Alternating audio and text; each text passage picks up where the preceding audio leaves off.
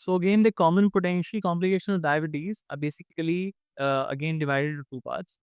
So again, there's heart disease, there's kidney disease, which may also result in kidney transplantation, eye complications, which is majorly retina, diabetic neuropathy and nerve damage, foot complications, skin complications, gastroparesis, and of course depression. So these are various complications, and again divided into macro and macrovascular complications. So the heart disease is basically, or probably the cardiovascular complications or cardiomyopathy as we call it. That's basically caused by a narrowing or blocking of the blood vessels to your heart. So that means the vessels, the major vessels which are providing blood to the heart, they get really narrowed down. This basically increases the risk of coronary artery disease. That's a heart attack of course, one has to take preventive steps and keep your ABCs of diabetic in target. ABCs of diabetes in target is basically controlling of that hyperglycemia, hypertension, obesity, and metabolic status. Now, what is the ABC of diabetes? So, A stands for your A1C, which is the glycemia status.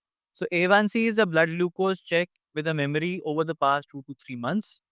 B is for blood pressure, which is so again the ADA recommends blood pressure to be below 130 by 80. And C is for cholesterol, which is your lipid disorders. So HDL is protective to heart, so the more the HDL, the better it is. LDL can clog your vessels, blood vessels, so again leading to heart disease. And triglycerides can increase your risk for heart disease. Now, kidney function. So we know kidneys are basically our filters, and they are supposed to filter all the waste products which are collected from the blood. So we create waste products from our digestion. Normally, waste products are eliminated in urine from the body, and urine is being made in kidneys. So protein and red blood cells are too big to pass through the filter, and they remain in the blood. But what happens in kidney disease? So kidney disease may the high levels of blood sugar can put extra stress on the kidneys. After years of damage, which is again a microvascular complication which takes a lot longer time. So after years of damage, the kidneys start to leak. Uh, Useful proteins are lost in the urine, and that is the condition which is called as microalbuminuria. Kidneys lose their ability to filter, and again waste products begin to build up in the blood. So finally, the kidneys fail. So that's basically kidney failure. That's that we call as ESRD. So ESRD ultimately requires kidney transplantation, and of course regular visit to dialysis. Dialysis. Now, who gets the kidney disease? Of course, factors that influence kidney disease development include, of course, genetics, blood pressure, and of course, blood glucose control.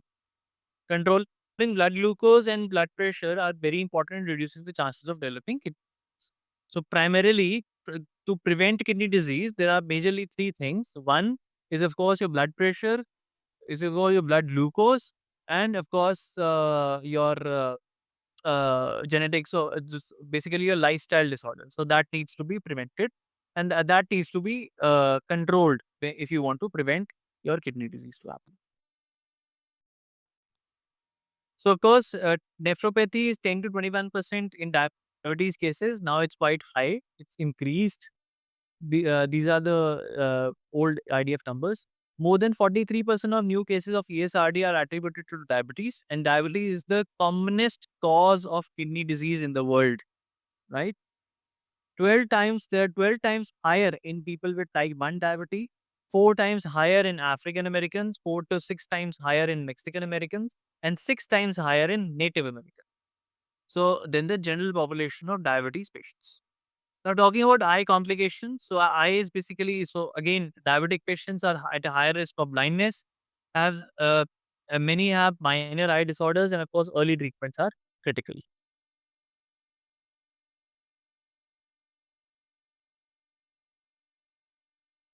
Glaucoma, again, complications may include glaucoma. So pressure build up in the eye.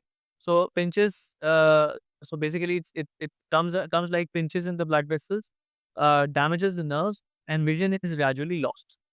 40%, they're 40% more likely to suffer from glaucoma, and risk increases with the age and duration of diabetes. Cataract is again another eye complication which is very common and which is very early in diabetes patients. So eyes clear lens clouds blocking the light. Of course, the treatment is wear sunglasses and use glare control lenses in eyeglasses. That's the preventive part. And of course, if you have a damaged lens, then we have to do a replacement or a transplant, basically, to remove the lens and then transplant the new lens. IOCR. Now, of course, individually, diabetes care are 60% more likely to develop cataract at a younger age, faster progression, and have problems if removal of the lens is necessary due to the beginning stages of glaucoma. The next common complication is retinopathy, which is very common. So again, diabetic retinopathy is a general term for all disorders in retina caused by diabetes. So there may be two types of retinopathies: non-proliferative and proliferative. Non-proliferative is basically the commonest one. So this is the common mild form, and proliferative is the form in which is much more serious uh, in form. There are several factors which may influence this the retinopathy. It's blood glucose control, blood pressure levels, how long someone has been having diabetes, and of course the genetics. Almost everyone with type 1 diabetes will eventually develop non-proliferative retinopathy. That's as per the IDS.